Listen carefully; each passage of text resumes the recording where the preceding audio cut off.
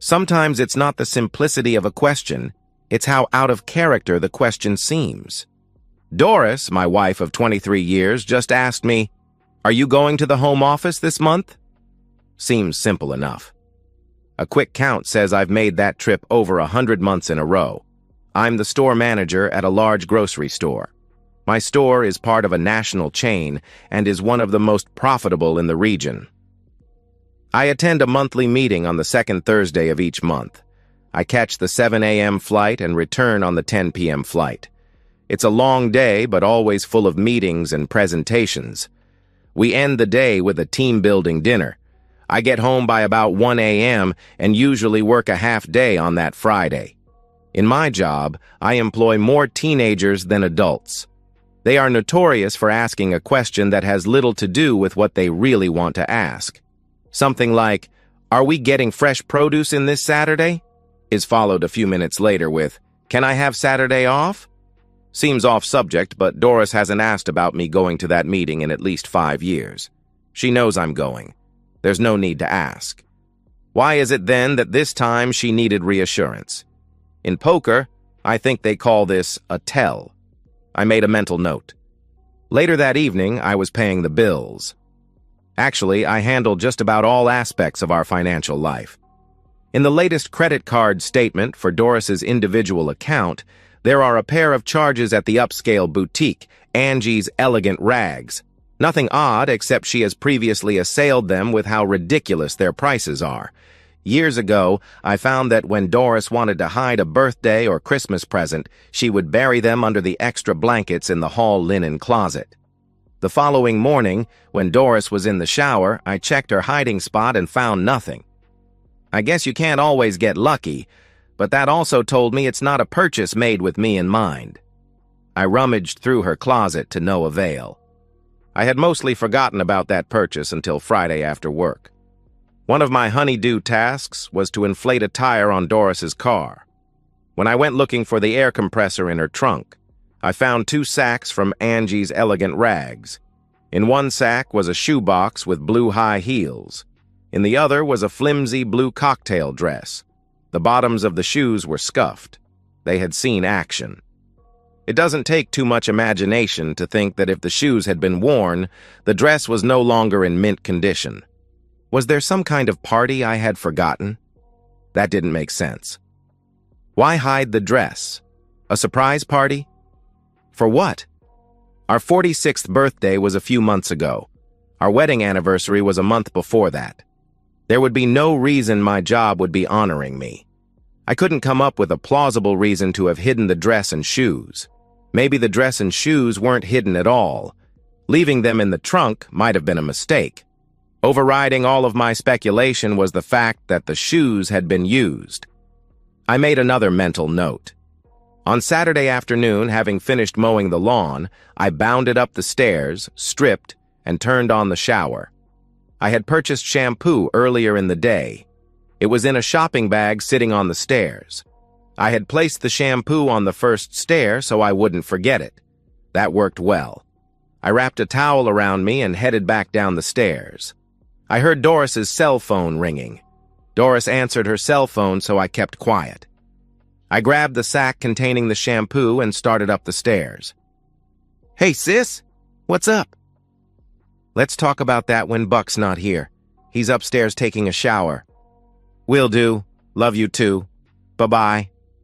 Doris's sister, Mindy, is 2 years younger than Doris, and she and I tend to avoid each other. We used to get along, but since her divorce, she thinks all men are jerks. I can't stand to spend time around her, and Doris knows this. It's not that she snipes at me, it's just that she's so negative about men. Mindy is a little quirky in that you never know what color her hair is going to be from visit to visit. I can't quite wrap my head around some of those brighter colors. Maybe you are walking around the mall and spot someone with a snow cone and decide, "I bet I'd look good like that." I pondered that conversation while taking my shower. I'd never thought about spying on Doris. With 2 recent strange events and the tone of what I just heard, the scales tilted toward spying. No time like the present to meet the challenge. I'm headed out to run some errands. Do you need anything? "Can't think of a thing," she answered. My first stop was the library. I used their computers to search the internet for a voice-activated recorder. I found one that looked acceptable, then located a store that sold it. After that purchase, I stopped at my grocery store and picked up some fruit and snacks. I better come back with something if I'm running errands. Doris spends a lot of time in the kitchen. Her computer workstation is in the corner, behind the kitchen table. She can twist her chair and watch the wall-mounted television in the front room. I attached the recording device to the side of the room fan. The fan needed cleaning, so that became my cover. My name is Buck. Counting the time we spent dating, Doris and I have been together for 25 years.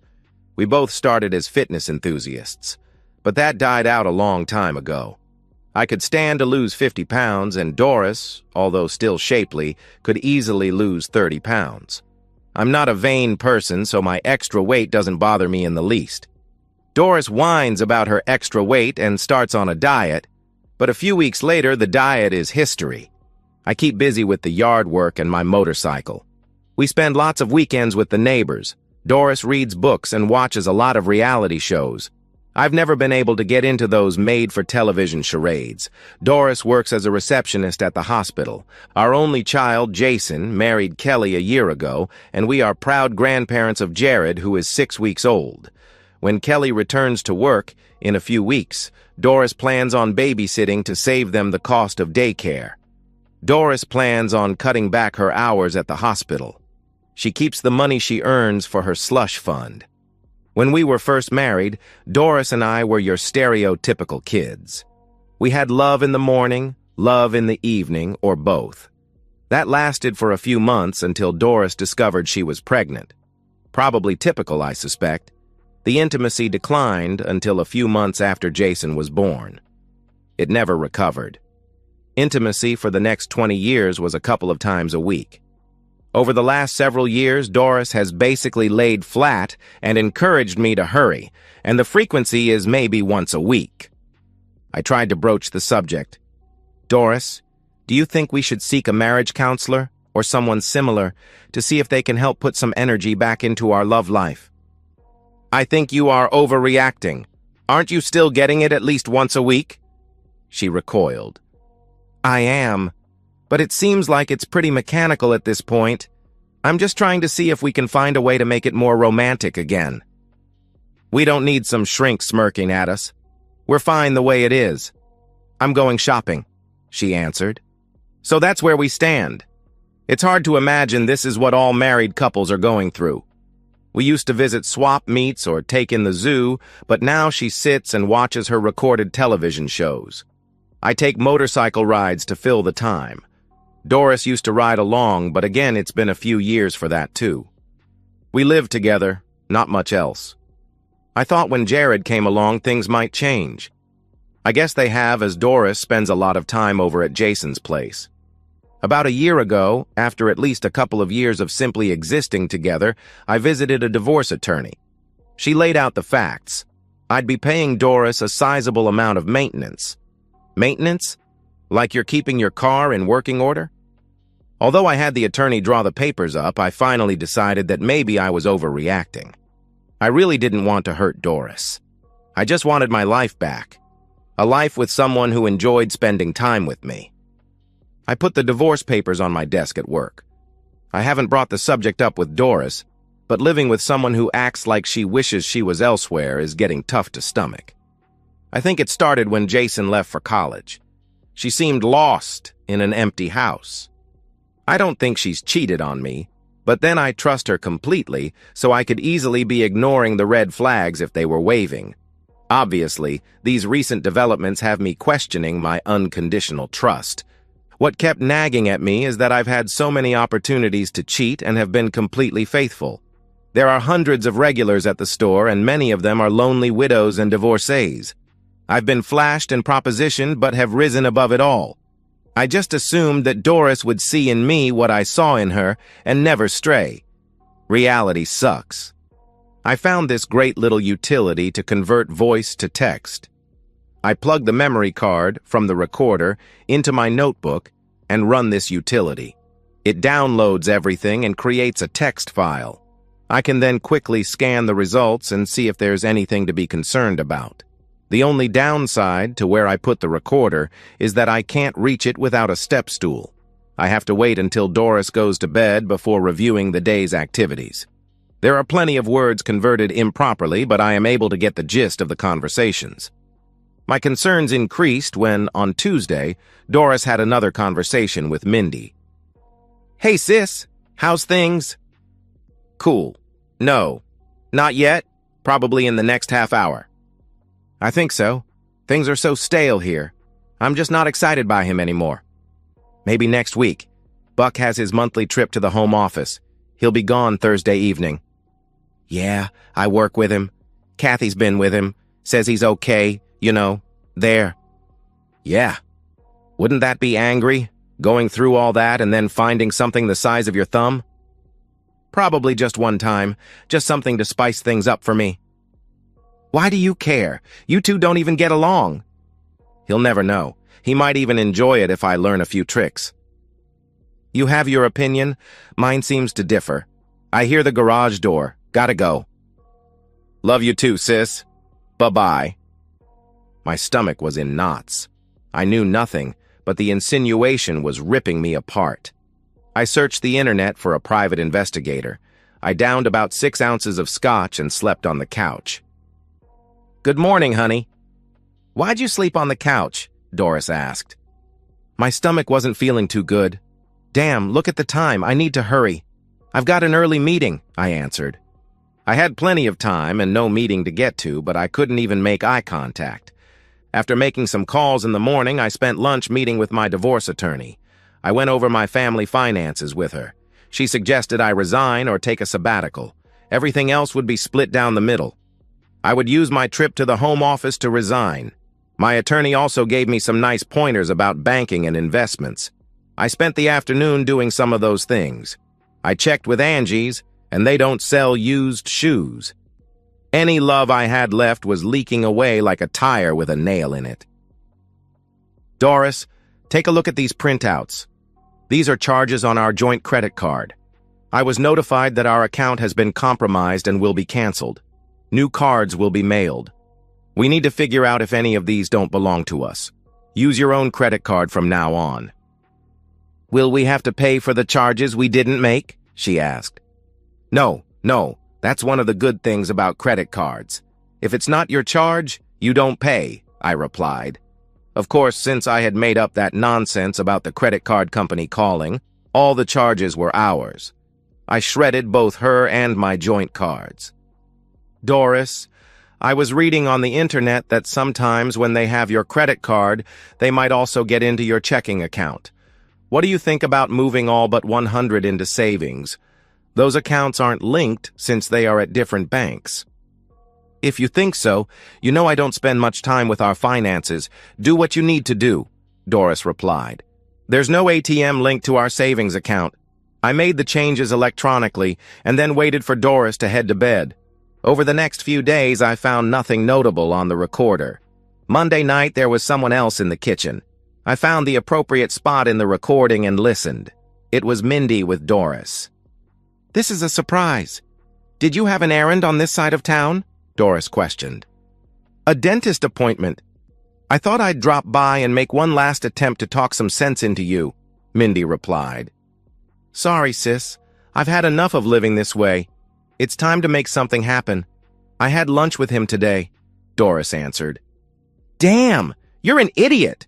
What if Buck finds out and divorces you?" Mindy asked. "It's one time, dinner, dancing, and who knows. I got excited having lunch with him," Doris replied. "Don't do it, sis. I was on the other end of this crap. Don't do it. I need to go. Crosstown traffic can be a pain. I'll call you tomorrow," Mindy begged. "Okay, drive safely," Doris shrugged. I guess that does it. I sent an email confirming my appointment with the private investigator, another email to my attorney to update the petition.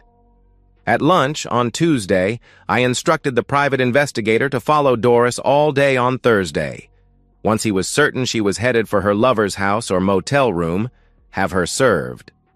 After work, I stopped and looked at some extended stay properties. Doris was miffed when I arrived home 2 hours late. "Doesn't your phone work anymore? Your dinner is cold. Microwave it yourself," Doris roared. She disappeared into the bedroom. I left the food on the stove. I had picked up some fast food earlier.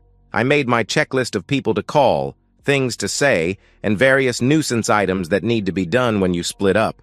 The Tuesday recorder was one-sided again. "Hey, sis, what's up?" "You sound like a broken record." "It's one time." I told him so. "Well, maybe you're right, and I will like it and change my mind." "I guess that's the risk I'm taking. Who'd want him if he dumps me? He's become so boring, so good luck to him if he does. He's been a real jerk recently." "Oh, yeah, right. I guess I'm oblivious to all those love-starved women." "Maybe I am. Talk to you later."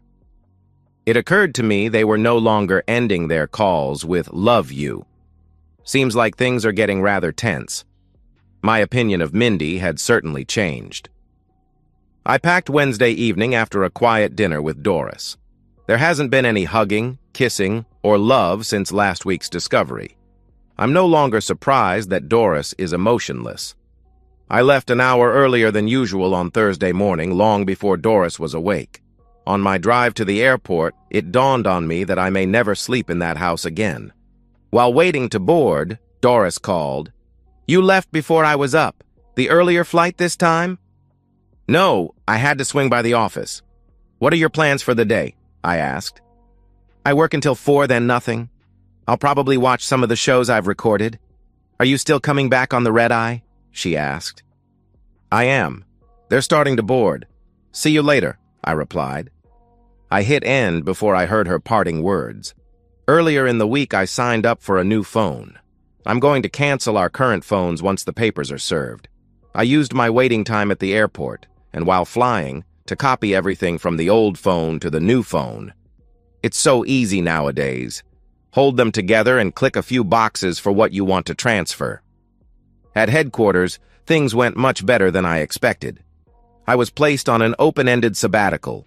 If I returned to work, I would retain my seniority and vesting rights. Having explained the reasoning, they made it effective immediately. I volunteered to mentor my replacement if they desired. I was on pins and needles awaiting the report from the investigator. At 6, I called Doris. "Hi, Buck. How'd it go today?"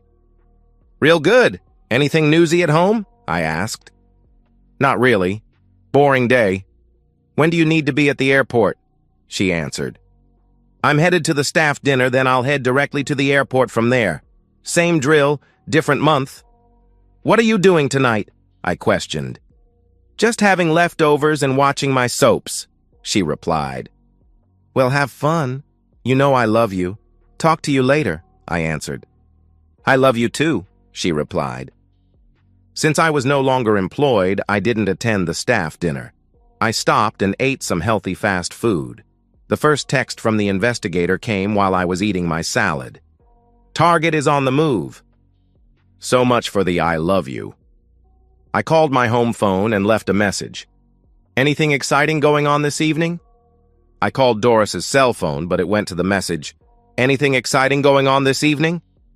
You can't say I didn't try. After dinner, I made my way to the airport. I was pacing around the gate area as anxious as a terrorist bomber. I was desperate to know whether I had a wife or a new life. My text tone chimed almost in tandem with a call from Doris. I let the call go to voicemail. The text was from the investigator. "Target down in flames."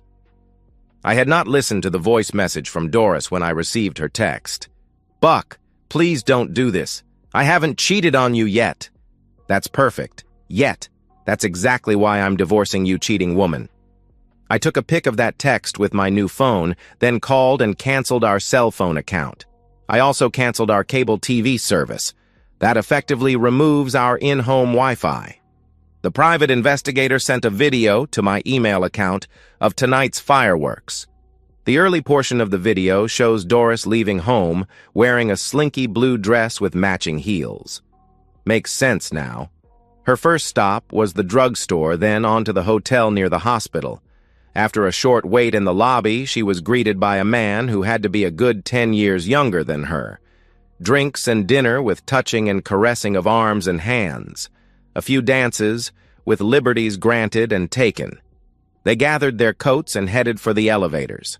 Once they reached the door of their room, and the man had put his key card in, my guy pounced. "Doris Ackerman?" my guy asked. "Yes," she replied. "You have been served. Mr. Bennett, you will be served with an alienation of affection lawsuit.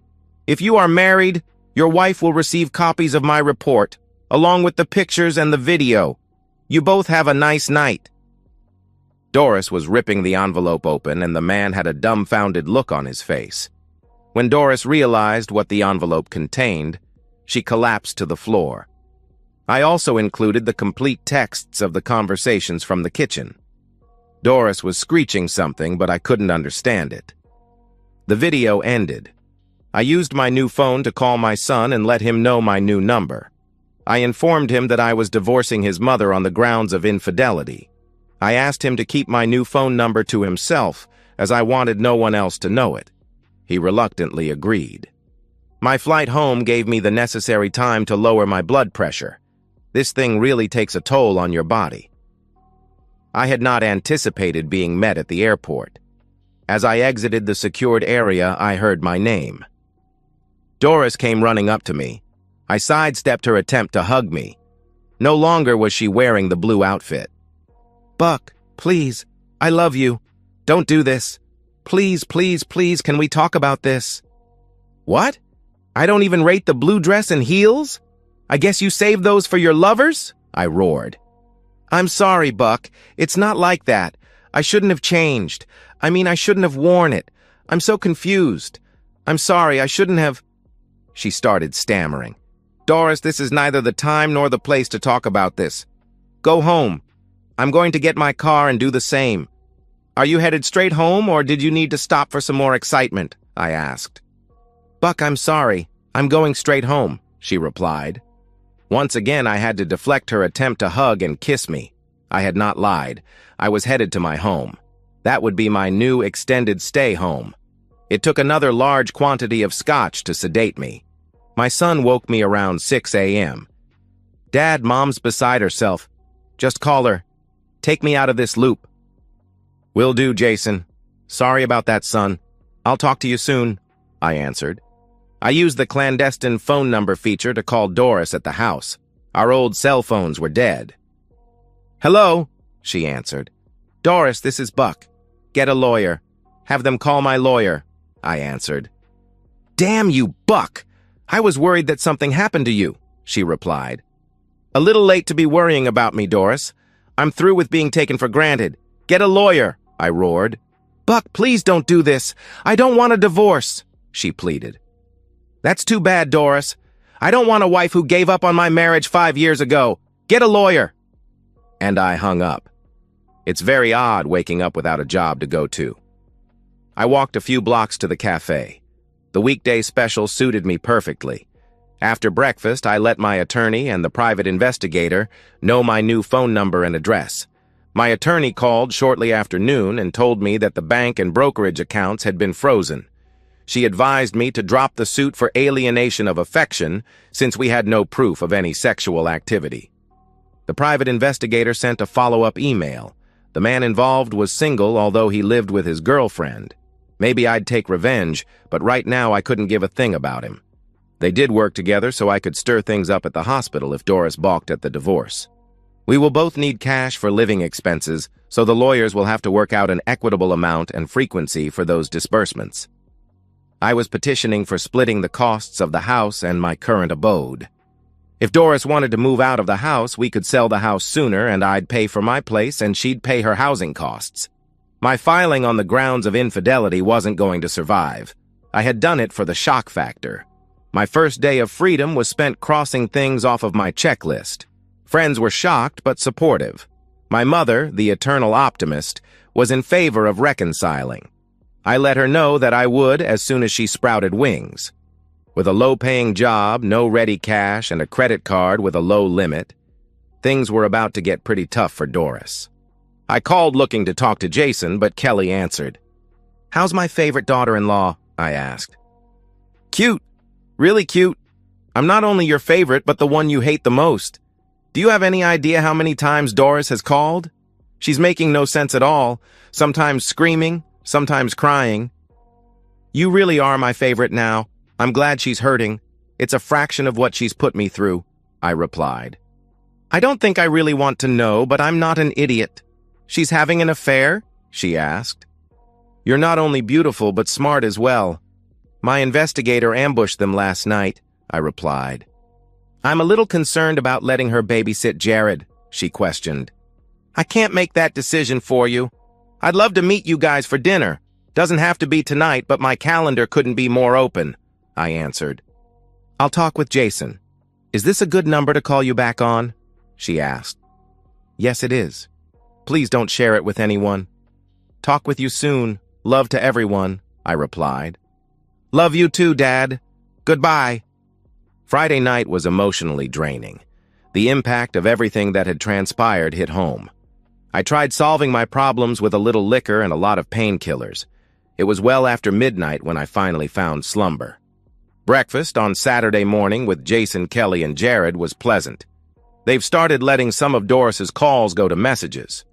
After breakfast, I swung by my old house.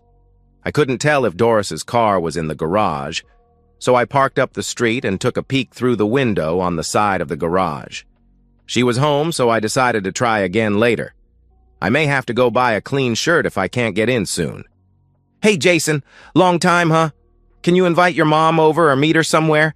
I need to get in and take a few armfuls of my clothes." "Sure thing, Dad. I'll call you back and let you know," Jared replied.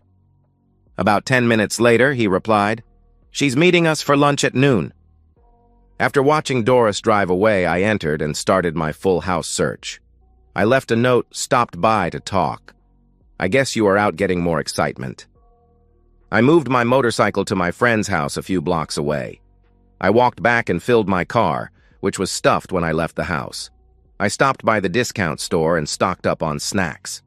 I picked up a thank you card, which I addressed to Mindy and included copies of the text of the kitchen recordings. "Mindy, thank you for trying. Buck." I spent Saturday afternoon and much of Sunday watching the horse races at the off-track parlor.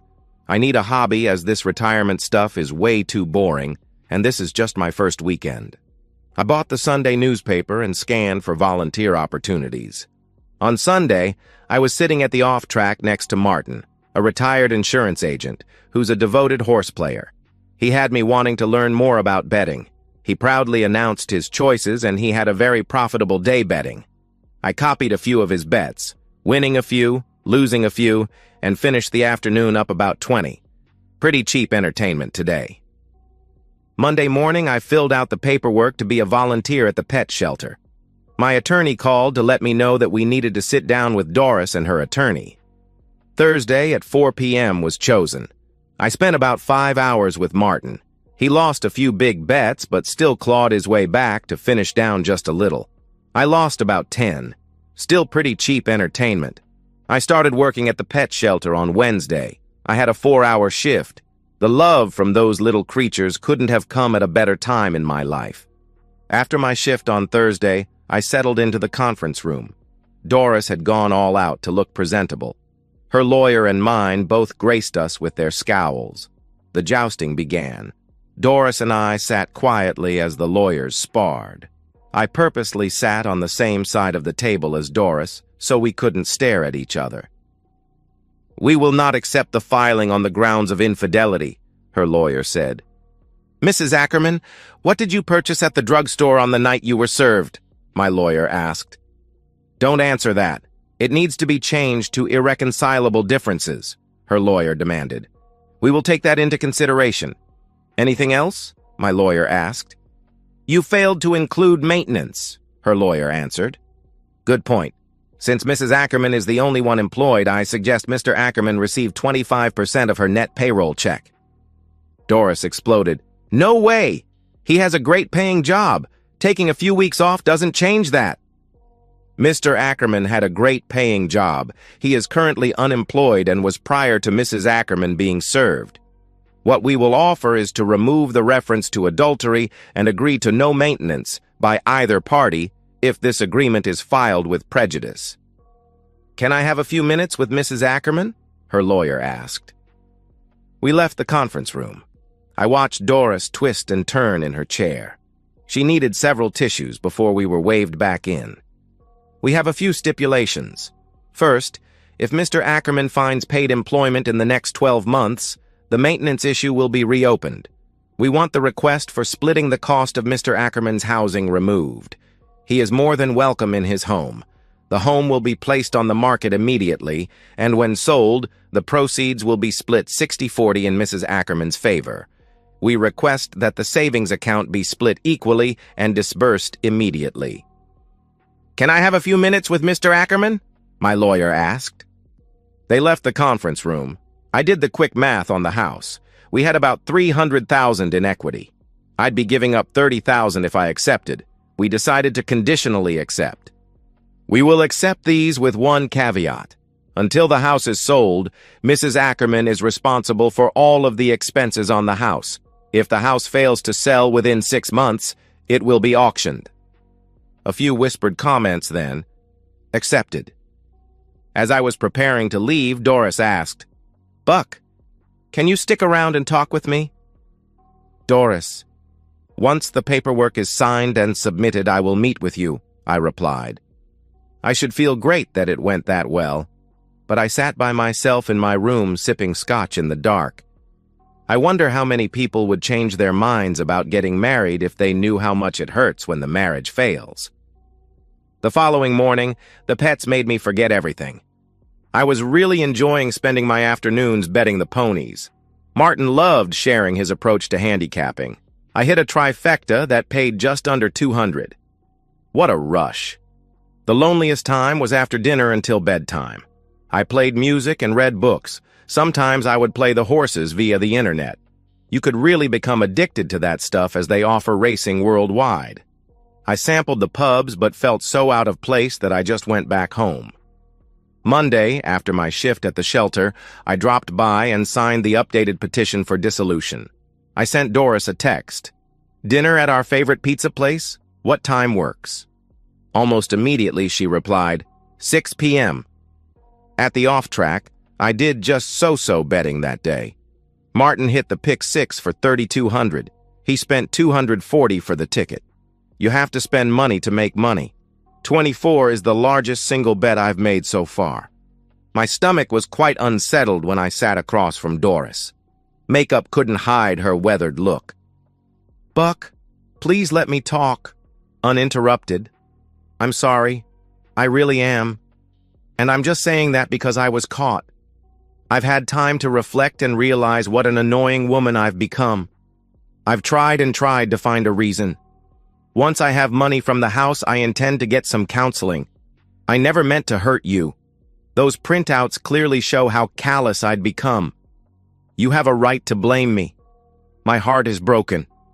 I cry myself to sleep many nights. Please try to find a way for us to get back together. I love you more than ever. Doris, tell me about the blue dress and heels, I questioned, with a stunned look. The dress? I bought it for that night. Why is that important? I sat silently, not making eye contact. I pulled up the pic of the initial text from Doris and showed it to her. Doris, what does this say? The text read, Buck, please don't do this. I haven't cheated on you yet. You couldn't have stated it any clearer. In your mind, setting up a date with the intent of having intimacy isn't cheating. How did you put it? You have your opinion, mine seems to differ. Even if we get back together, yet means it's not if, just when you will cheat. Your inner soul spoke for you. I have no intention of waiting until you find that I'm as boring as ever, and you need to cheat. Who I am, what I've become, and what I'm likely to be aren't compatible with who you are, what you've become, and what you're likely to be. I believe you were honest when you said I didn't excite you anymore. We've been living a lie. You fell out of love years ago. Your words and actions clearly paint a picture of someone who cares only for themselves. No longer were you concerned about us, only about you. Being heartbroken now doesn't make me more excited. I tossed the divorce paperwork from 2 years prior in front of Doris. I had contemplated asking you for a divorce a couple of years ago, but decided that I didn't want to hurt you. Isn't that laughable? Well, you've removed that obstacle. You've given me the kick in the back I needed to do what's right for me.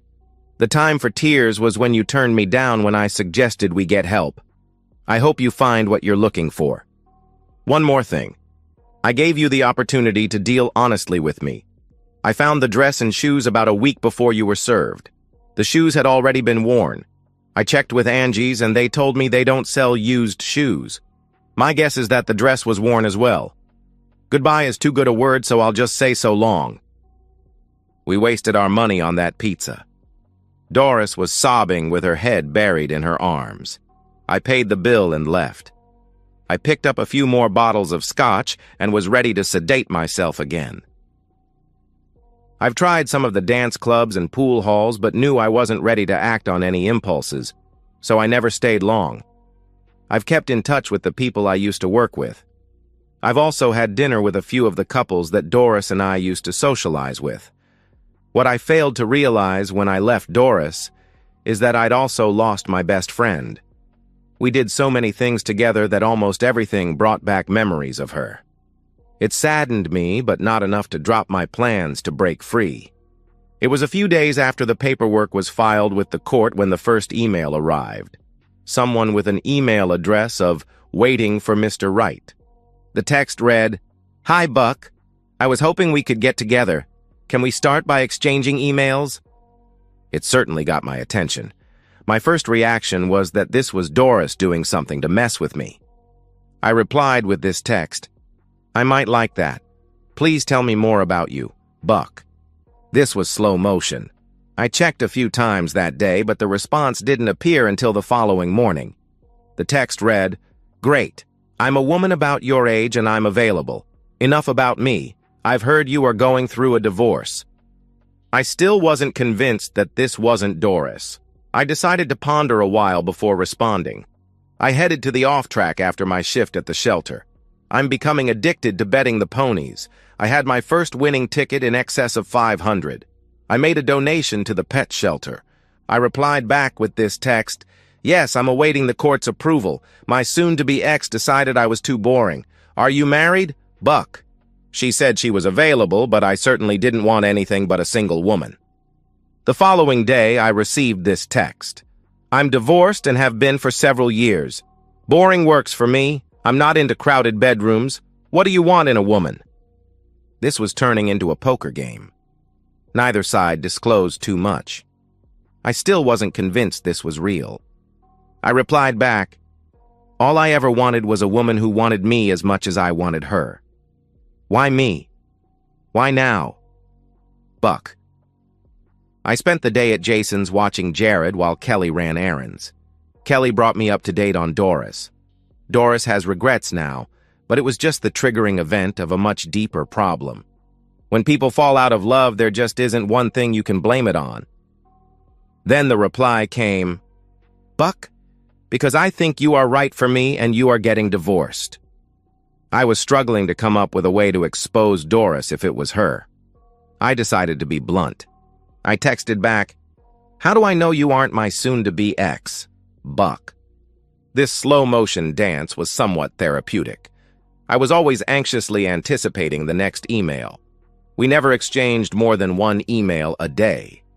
Then her reply came, "Buck, I'm not Doris. I wish I knew how to convince you. Every scenario I play out in my mind could be staged by someone trying to scam you. Let's get back to my agenda. I want you to want me." I had never mentioned Doris's name, so that told me she knew more about me than she was willing to admit. I replied with this text, "Let's get together soon. How about this weekend? Buck." She replied, "Buck, sorry, but not until you are divorced. I don't want to get my hopes up only to have you go back to your wife." I answered, "I understand. Probably just as well as I'm still a very confused man. 25 years gone and nothing to show for it. Buck. She replied back, Buck, you have a son, and now a grandson you can be proud of. You do have something to show for it. I'll never know what that feels like. Okay, she knows about Jason and Jared. Certainly not looking like she's a casual acquaintance. I answered with this text. Sorry, I'm just overcome with emotions some days. I guess I never asked if you had children. Buck. She replied, Buck, no children. My marriage broke up before we got to that stage. Just as well the way it turned out. What's it like being retired? Who said I was retired? This means she's probably talked with Doris. I wondered if it was Mindy. I discarded that thought since we've been at odds for so long. Maybe one of the neighbors. There were a few nearby that were single. I guess it's possible that one or more of them is divorced. I answered back with this text. Boring. I really miss working. All of this time on my hands makes it tough to leave the past behind. How long did it take you? Buck. She replied, Buck, how long? I'll let you know as soon as I find Mr. Right. Day after day, we exchanged one short email. I wouldn't disclose much about myself, and she wouldn't disclose much about herself. It was a fun game that had now gone on for 2 months. We spent several days sharing how lonely the evenings and nights were. She wouldn't disclose how she knew me. She at least admitted that we had already met. Doris had tried on several occasions to convince me to drop the divorce. I refused to meet with her but did speak with her several times. I guess boring is better than lonely. It was clear to me that she regretted her decisions. My heart was cold. It was the next email that had me thinking I should see where this was headed. I decided to escalate our little email dance. She texted, Buck, when we meet, once you are an eligible bachelor, what would you like me to wear? I replied, something that looks good on my bedroom floor. Buck. The following day's email was a series of emoticons, smiling, blushing, winking, and then her reply, I can do that. How much longer do we have to wait? I replied, a week from Wednesday is the tentative hearing date. I'm looking forward to learning your identity. Buck. It took just shy of 90 days for the divorce to wind through the courts. I sedated myself the night it was approved. The pain is hard to describe. As happy as I was that it was over, there was a searing feeling letting me know that I had paid a healthy price for it. She came back and texted, Buck, welcome to the ranks of middle-aged bachelors. When can we meet? I answered, you know my schedule. I'm babysitting Friday night as well. Buck. The next morning she answered, Buck, I dropped by the off-track but chickened out. I'll try again on Saturday. I replied, thanks for the heads up. I haven't shaved or showered in months, so this gives me time to clean up. Buck. On Saturday morning she texted, Buck, please be gentle if you don't want me. If this was Doris, I wasn't going to be gentle about it at all. I hadn't composed my response when someone knocked on my door. I was shocked to see Mindy. She was wearing flip-flops, a gray sweatshirt, and black sweatpants. Mindy, this is a surprise. Come on in. Wow, you've lost some weight. You look great. Your hair looks very nice with those highlights. I've got a fresh pot of coffee. Would you like a cup? Thank you, kind sir. Coffee sounds good. I hear that you are single again, she asked. As it turns out, I am. What brings you around so early on a weekend? I questioned. I grabbed the coffee pot and filled a cup. I turned around to find Mindy putting her arms around my neck. Would you like to be my Mr. Right? She asked. At one point, I wondered if you were my email flirt, but since we were always butting heads, you know. What does a Mr. Right get? I questioned. Well, if you slip your hands under my sweatshirt, you'll find nothing underneath. I took the hint. Our eyes remained locked. I've loved you for a long time. I told Doris she would regret it if you divorced her. I'm here to show you how much I'd like to have a boring but caring man in my life, Mindy answered. After a few sips of coffee, she asked, I think my clothes look good on your floor, don't you? Does this place have a bedroom? We ordered pizza around dinner time. Mindy spent the night. I think I had more love that night than when I was a newlywed. In between sessions, we chatted. How is it you and I never got along? It was a love-hate thing. You were so sweet and caring, and the jerk I married was none of those things. I was always so jealous of Doris. All married men were supposed to be jerks, like the one I married, and you just wanted her to be happy. She's an idiot. I'm hoping we can become more than friends. We went out to dinner on Sunday night. Mindy was nothing like the woman I had grown to dislike. We talked about her life and mine. It all seemed so natural, but then again, we had been flirting for over 2 months. We went back to my place and snuggled while watching a movie. With a twinkle in her eye, she asked, I have to work tomorrow. Can I leave you with something to think about? Sure, I replied happily. Loneliness keeps me company in my house.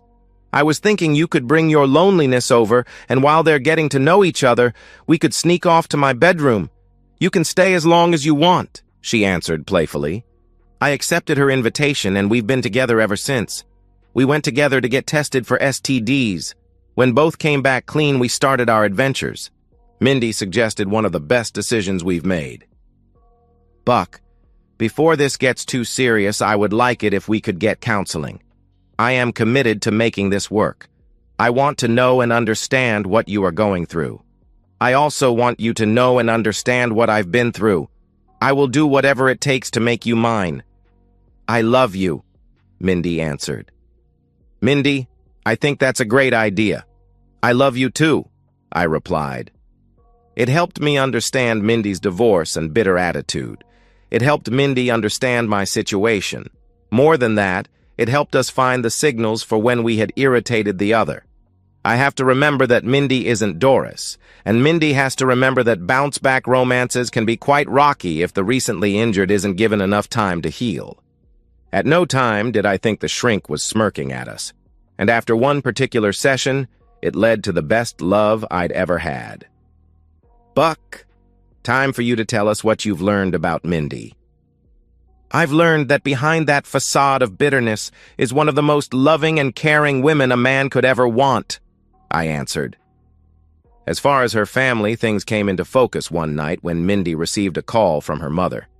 Mindy seemed to keep her cool until the end of the conversation. Let me make it easy for you. Never call me again. Got it. And she hung up. What was that all about? I asked. Mom's not sure whether she can get over this. She said Doris was never going to talk to me again. I couldn't care less if I ever heard from them again. Let them live for years battling loneliness and depression. I've got a hold of what I want, and they can go to hell.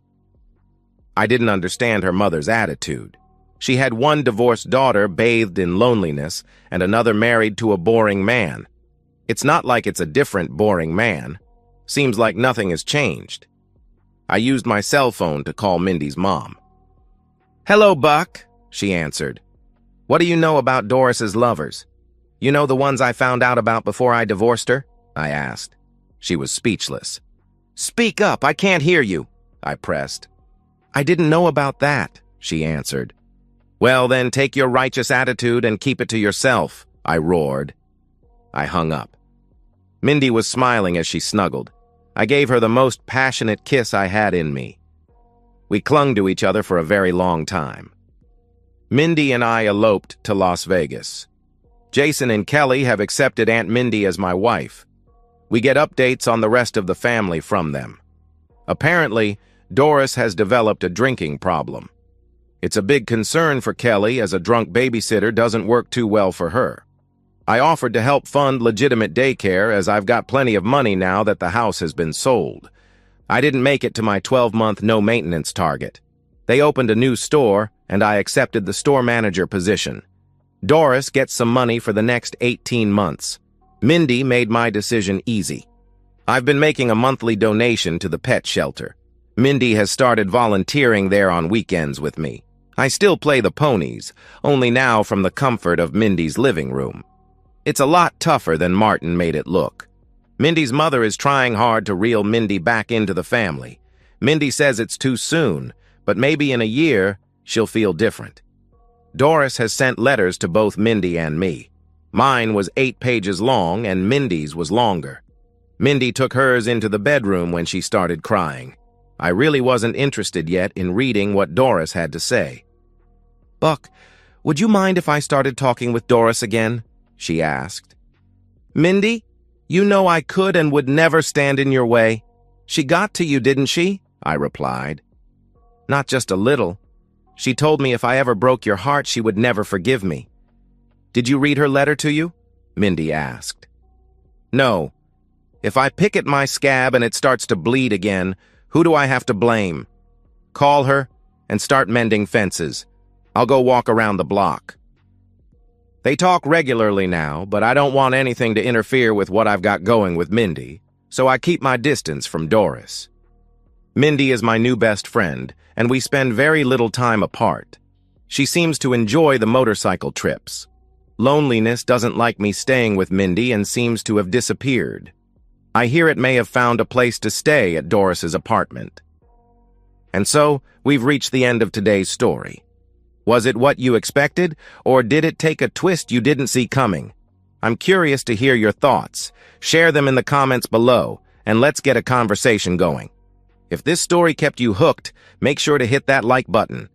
And if you're new here or just haven't subscribed yet, now's the perfect time to join our community. I bring you fresh, captivating stories every day, so click that subscribe button and turn on notifications so you never miss out. Thanks for watching, and I'll see you in the next one.